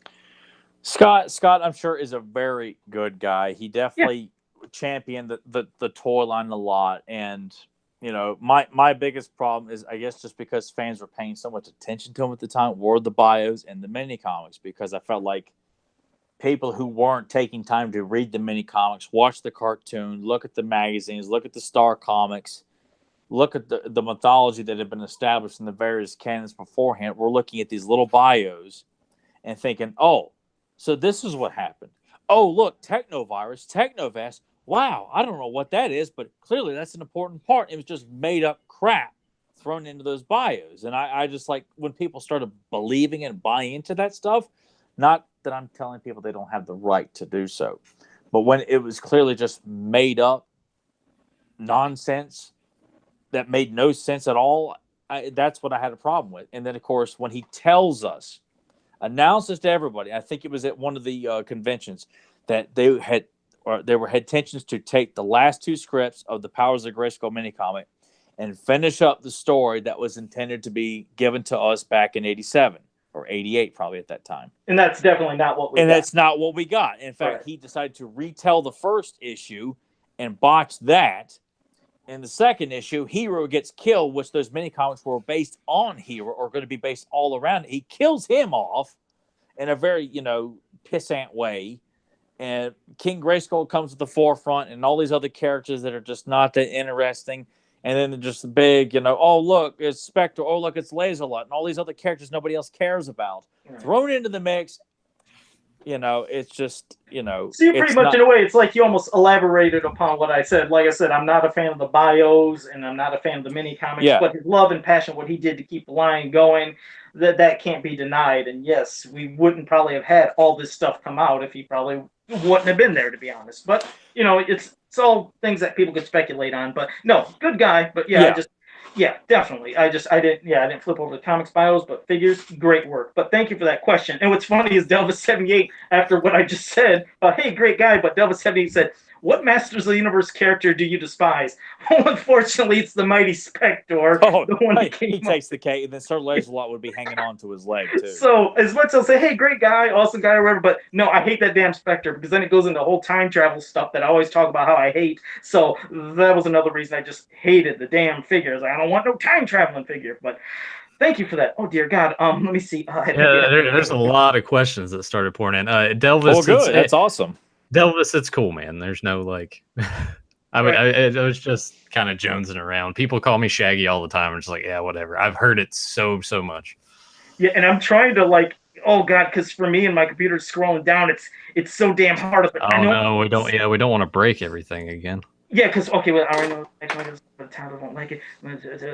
I don't care what people are afraid. Don't be afraid of what I'm not here to denounce people's thoughts, ideas, what you like and dislike. If you have something you want to say, I will answer it as politely as possible. I promise. Yeah, it's like I said, it's always just giving honest opinion. We're not ever trying to be vile. We never are vile. No. We don't do that. It's just giving an honest opinion and respecting people back and forth. That's how it should be. It's fun discussion. It's healthy. That's why I love doing this every week, is when people do this. I'm like giving Nathan some crap about Shaggy, or giving me trouble about my goofy paper mask, or Tyler's ego. It's just all being fun. I mean, it has been a little hard to breathe on the show today, because his ego is just absorbing all the oxygen from all of this. Kind of like Mosquito in a way. But, Adam Gabbert said, Joe and Tyler, even though... Well, if you guys are saying like that's like my He-Man power, I think I'd have to be called Biclops, because there's a monster over here, Oh, Jesus, we just got the flex and all that. Why the hell did that have to come up? Oh, God. Yeah, that is... I had to get that oh, God, he actually went there. All right, yeah, you did. Adam Gabbert said about with Stan Lee passing away, what are your thoughts on the Masters of the Universe Classics figure stand, or even, and God bless Stan Lee. I mean, absolute shame. I mean, he passed away. He has created so much that fans love. When the figure came out, though, I was like, it had no real connection to me. I was like, I'm not really feeling this figure. And then you started seeing people trying to resell Standor after he passed away to make money. It's like, oh God, you're trying to make money off of somebody passing away. It's just like, to me, it just felt cheap when people try to do that. But no, honestly, I've never been a fan of the figure. Of course, Stan Lee, gigantic fan, and so sad he passed away. But the figure, no, I've never flipped over that figure. What about you, Tyler? No, I thought it was like, even when Scott was defending against people, were like, why are you making the Stan Lee figure as part of the He-Man line? It makes no sense. There's no connection to it. And he was saying came from a separate budget and it was for another project. But I'm like, it doesn't make sense to put Stan Lee as part of this pivotal character that you're making up when he had not a single thing to do with He-Man and the Masters of the Universe in any shape or form. And what's sad is the unfortunate thing where some of the fans said, but remember the Star Marvel comics? Like, no, he had nothing to do with those. And Stan Lee wasn't running the show when Star Comics was going. Right, but they got confused, and when he was made into a figure, they said it's because he did the Star Marvel comics. I love how Joe's like voice of everyone that's like, you know, like I don't completely mean to, wrong and ignorant. He goes, and I didn't mean to do that. I apologize. No, I wasn't trying to mock. That's Joe. I'll just let that's Joe's go-to voice. Oh my god! It's his trick or treat voice. All right. Yeah, he does the same voice for anytime he's trying to sound small or stupid or moronic. I'm Italian. What was that? I'm sorry, I don't know if I got that right. But okay, yeah, and then there's some people in chat room mentioned like Rio Blast definitely could have had his own comic. Agreed that Zodak deserved his own mini comic. I feel like Rio Blast did get his own mini comic when it's just him, He-Man versus Beastman and Cobra-Con. I'm like, he got his own mini comic. And Gene Starwind, yeah, the character you just mentioned, because this was the best unique character in classics, Drago Man. Oh yeah, a unique comic for Drago Man. Oh dear God, that could be damn epic. So agreed, Drago Man be awesome. Yeah, and I still say to this day, the Horsemen should have been the only ones allowed to create figures for the created character subline they did. Everybody else, I felt like had no business. Like Psychop, Laserlock, Spectre, they had no business being made. The Horsemen know how to design figures. Yeah, Axel, Kevin, those guys can put together some awesome designs. Those guys should have been the ones to design stuff. Psychop, Sir Laserlock, and also Mighty Spectre were the only figures I remember when they were having all the different ones. I took all three of them and just threw them inside Castle Grayskull. I was like, I'm not displaying this nonsense. It was just garbage. I first had them, I was like, no, they don't even deserve a spot on my shelf. I couldn't stand them. But Drago Man, damn, just epic, wicked looking. I was like, yeah, now that felt like the old days. Like, could you imagine I've gotten a vintage figure back in the day of Drago Man like that? Oh my God, I would have pissed my pants. So, yeah, Delta 78 said a cool solo of Merman would be interesting. Sure, I mean, I always like you said, even some of the original characters. But is that what people are really asking for? Like just a solo book or a book where these characters didn't get as much? Well, they were actually, I think originally it was probably somebody to have their main thing, or somebody that really didn't get a lot, because you're right. I mean, we got nothing of Zodak. I mean, just nothing. I was like, how could you not anything of Zodak? Sure, we got him in, the record book, and drawn by Akala, because a lot of people thought, oh man, Akala never drew him, and he never got. I was like, no, he did, but it just wasn't mini comic form. It was record book form, which it looks just as epic, and it even looks better because since it's bigger pictures, you can see more details of the characters. So, which that's also in that mini comic book, correct? In that giant volume. So that's sure is, yes. Which we have discussed in the archives. If you want to hear a review of the PowerPoint Dread and the what was the name? The two stories in that book. We discussed both of them. What, the Power Dread and hell, just open the damn book. Yeah, go into the record book. Wait, the Power. Like, why am I gonna sit here and like try to rattle my brain when I can just open the book? Yeah, do that. Okay. PowerPoint and Danger at Castle Grayskull. Oh, there, God, I feel bad that I forgot that. I'm an idiot. Thank you. Zentron. I don't want to ask the Zentron. I'm not an idiot. You are. Yeah, thank you. Zentron had to bring up one. Thanks. Zentron said, who would win in the new She-Ra? The Horde or the Princess Alliance? Okay, let's go to the next question. I'll tell you who would lose. We did. Let's go to the next question. Tyler, why don't you just produce a Jitsu comic with Karsten? Well, I'm sure that could probably happen eventually, Fedmon. Definitely. I think you'd do that. Yeah, I loved it. I mean, I already had like ideas to do with for Jitsu and stuff like that too. Like I had ideas about how we would lose his hand and things like that too. I had ideas for I still want to do like a actual like telling of the son of He-Man, like not the orphan, like an actual like Teela and Adam have a child, grows up, and I always wanted to make Clawful and Jitsu like a prominent part of Dare's reason for becoming hero. Like I just thought, because I just would want to see those villains used so prominently. Like if I was allowed to do at my idea of what I would want to see for the son of He-Man, like kind of, is he going to look like you? That's in pre-production right now. We'll have to figure out the. Oh God, we have to go past it then. But I do have some really good ideas for that character. If you don't like my face, you can go to hell. Okay, Death Hammer. Toki Deathhammer has a question, which I think we did answer a long time ago, but I'll do it again anyways, just in case. Toki Deathhammer said, "What evil villain would you like to see have a Darth Vader moment and turn good?" Well, I know a while back I said I would just love to see Triclops. Triclops, I think, would be just almost a perfect character, go from bad to good. I mean, it's just that's mine. But I can't remember what you said before, Tyler. But I think I had said Triclops too, but I don't want to see full on good. I want to see Triclops work within his code of honor that's established in this mini comic, where he's a bad guy. He'll do what he's hired to do, but he's not going to go too far. Like, that's where I feel like having Blade in the ranks, Blade wouldn't be afraid at all to go too far. Of like, I was hard to take out He-Man, and you know what? I'm going to kill everybody else that gets in my way. Whereas Triclops just takes them all out, doesn't kill them.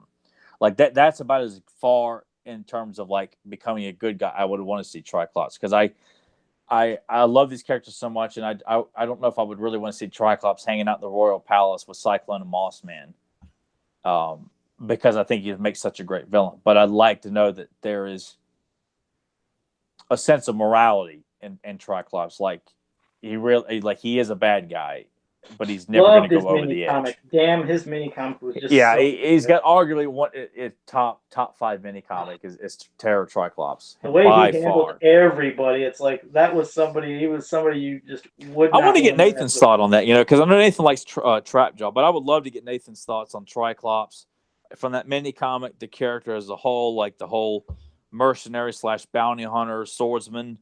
I don't like the whole scientist thing. I've never liked that. Dude, the guy's a mercenary. He's a bounty, not a scientist. I just don't like that idea. But I'd love to hear what Nathan had to think about that character. I think, maybe there could be an episode where we could have Nathan on to where we would revisit that mini comic and give his thoughts, maybe comparing that also to the one where one of the icons of evil with Triclops, and see which one maybe he enjoyed better. I really didn't like that one. Like, to me, the Trap Jaw of the icons of evil was the only good one of that whole batch. What I mean is, we could always have him read that if he's never read it, and then get his opinion on which one he kind of enjoyed more. But yeah, definitely the mini comic. I mean, I'm with you. I just love his mini comic version. It's like it's the iconic. It's the perfect. It's the, as you like to say, quintessential. But it's the top tier of any of his origins. Is that damn comic? It's perfect. But it'd be still interesting to see his opinions on other things. But now I think we pretty much guys. There was so many things popping up in that chat room that I couldn't get. I think that's awesome. I think it's great to have that kind of feedback. And I'll throw out one more on there because Who Dat Well kind of asked it twice. Tyler or Joe, if you were a Masters character, what faction would you like to be in? Oh, I completely missed that Who Dat Well. I'm so sorry. Well, thank you, Nathan, for catching that. But me. Oh, dear God. I'm going to be a heroic warrior, so I go kick some ass, man. Absolutely. Yeah, he's always. You have to be drawn into everything. You have to be He-Man or Hero. No. I'm not going to go as far as He-Man, even though I have been drawn as He-Man a couple times. Oh, my God. But yeah, I would much rather go along with... Sorry, I'm getting a little nauseated over G.I. Joe characters and whoever the hell else he is. I'm surprised he hasn't been drawn as Lion-O. I'm sure that's coming eventually. No. I can't just have myself drawn as everybody. My mind doesn't work. You can't? You haven't done that with G.I. Joe, too? You've done it with G.I. Joe? You've done it with... I did it because Mercer, like blonde Mercer, like, yes, that could pass with me. I've done myself as He-Man, and coming soon, Captain America. I've done myself. No. That's a placeholder face. The one that I shared, that's just a placeholder face. Kevin is actually adding my face into Cap's mask as we speak. So he's like, but I don't do that. I wouldn't do that. Hey, Mark Bagley, the man who created the visual look of Carnage and the definitive look of Spider-Man, told me face to face that I looked like Captain America. So therefore, I can clearly see myself as Captain America. Then that's it. That justifies everything. Okay. Clearly, Brown wanted me to say Zoinks. I guess I could do that. Zoinks! Oh, gee, Scoob! With a sandwich in your hand, and you could use Jasper as Scooby back there. Yeah, he'd make a pretty good Scooby. I'm not gonna lie, Jasper would make a good Scooby. And I guess Emily would be Daphne. I guess. Sure. Yeah, glasses. But she got glasses. Yeah, glasses. Yeah. Ain't nothing wrong with Daphne. No, Daphne's the redhead, right? Is she? Yeah. Yeah, Daphne's redhead, and man, how sad is it that we can't think of character names from Scooby Doo between but the three of us. Fred, Shaggy, the short hair. Wilma. She probably Wilma with the glasses. Hold Nothing wrong with Yeah. Wilma. Hold on. Not Wilma. Thelma. Thelma. Yeah. Okay. No, yeah. Wilma's Thelma. Wilma's Well, Daphne was Flintstones. hot. Thelma was like, oh man, she's all ugly. I was like, Is it Velma Daphne's where it's or at. Thelma? Somebody correct me. Is it Velma or Thelma? Because now I'm trying to remember. Not like Scooby Doo, but I just remember. Yeah, she's the one with short hair, the glasses. I remember Daphne's the redhead. Fred's got the ascot, and then you guys Shaggy and Scooby and Scrappy and Zippy and Dippy. And the Mystery Machine. Velma, thank you. It was okay. It was Velma. After I said Thelma, and I was like, what am I doing? Am I bringing in like Good Times or something? I don't know. Christ, I gotta wake up. Everybody, I tell you what. See, this is what's great. I look all this interaction this week, and it's so hard because I always say I'm trying to look at the screen. I'm trying to talk and process stuff, but then I try to get to the chat room. Man, so many things are going on. I was like, oh, I'm going to forget somebody and it might piss them off. And I apologize if I did miss anybody because I try to at least acknowledge every person that had at least one question. So it's been a doozy. I love this week. This was fun as hell. I just loved it. You guys are just damn awesome. And Tyler, anything you just want to say real quick in closing before we wrap this up? And yeah. No, I don't really have anything to share this week.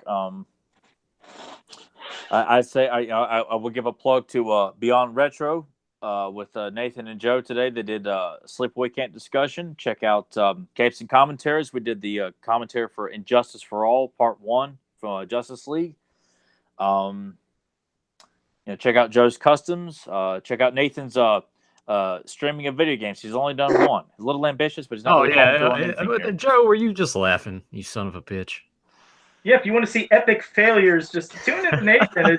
It's fantastic to watch him just die on easy levels, normal levels. But he's one of the greatest players. He's fantastic. It's like, yeah, but really watch him because it's something he's going to start doing start doing some streaming. And I want to watch it as well. I mean, I do enjoy watching people streaming games and seeing how they can do it. Watch. I'm picturing like when Joe's watching, he's like Jim Carrey in Batman Forever eating popcorn and just laughs really hard and hysterically when Nathan loses a life. You know what's funny? Like that's Joe at home.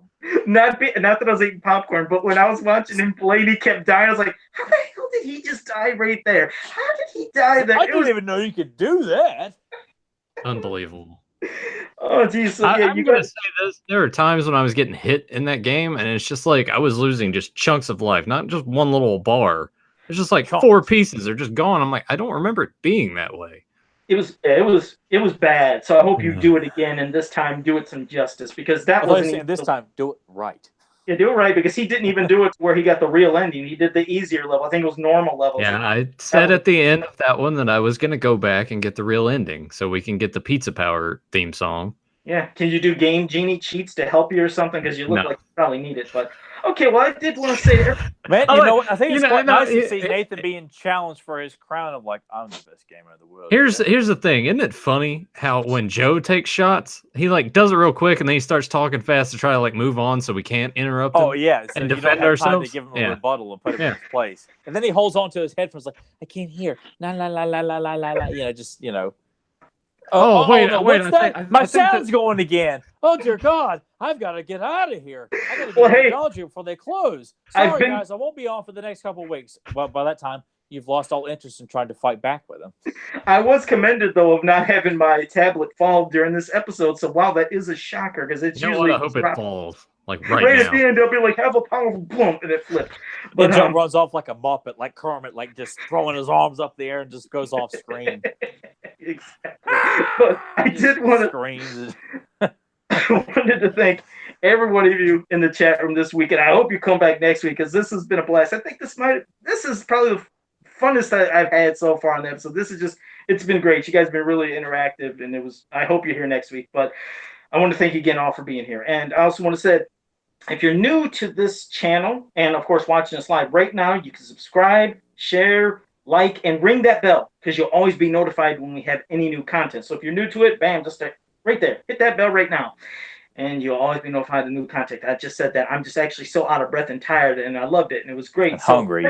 And I am hungry. It's a warm place to crack. I'm getting hungry, too. Exactly. I'm sure Tyler's getting sleepy. It's like we're about an hour past his bedtime. Yes. Yeah. Yes, for me and Tyler and Nathan, thank you for joining us. And I like giving you some little shots there and ribbing you there a little bit. So until next time, have a powerful day. What if someone calls my mama a whore? Is she? Is this again basketball? Or are you doing that for No. like the ninth time? Oh, Okay. man, Joe. You are just downright pathetic, man. Can you I'm say it telling one you. more time? You 'Cause need to go back to your fish food store and just, Ben's Tropical Fish, yeah. Yes. Could you say the quote even though I know I won't get it just one more time? All right. What if someone calls my mama a whore? Is she? I don't know it. Now I'm gonna that give one 20 I'm seconds. kind of struggling with myself. I'm gonna give What? 20 seconds for people in the chat room. Dude, all right. You know what, Joe, that's one thing. But Nathan, I'm ashamed if you don't know this one, man. And while even Zentron's saying I have to get this one, so apparently everybody knows this, and I will don't. say that it's not from Police Academy 5, Joe. Thank you, because I don't think many people. Oh, yeah, I just looked it up. Yeah, I feel like. Well, to be fair, this is a film that we were supposed to potentially discuss on Beyond Retro, and Joe was like, And Joe was like, "I'm sorry, guys, I'm putting the kibosh on this." Yeah. Well, Zen Brown said, was it Talladega Nights? God, no. No, what is it? What is it? He's banned. No, He's it's like- not. Bringing up a Will Ferrell movie on a He-Man podcast, man. You know what happens if I ever find you? I'm gonna take you down the back alley, and you know what I'm gonna do? I'm gonna give you a stern talking to. That's what I'm gonna do, man. It's from Roadhouse, Joe. Oh God! I told you I'd watch it like once or something. I just never flipped over Roadhouse. Sorry. I don't understand, Joe. Of all the movies, Joe, like it's like this is the greatest movie of all time, guys. You got to watch it. We got to do a review on this. And he's like, I just wasn't blowing my skirt up over Roadhouse. I'm like, how is Joe call himself an American, an Italian American, and he didn't like Roadhouse? Well, I mean, wouldn't he prefer like Godfather more? Yeah, Godfather, Casino, and shit like that. Yeah, where it's some good violence and stuff. No. Strictly because there's nobody like Swayze's not Italian. Who's Italian in this movie?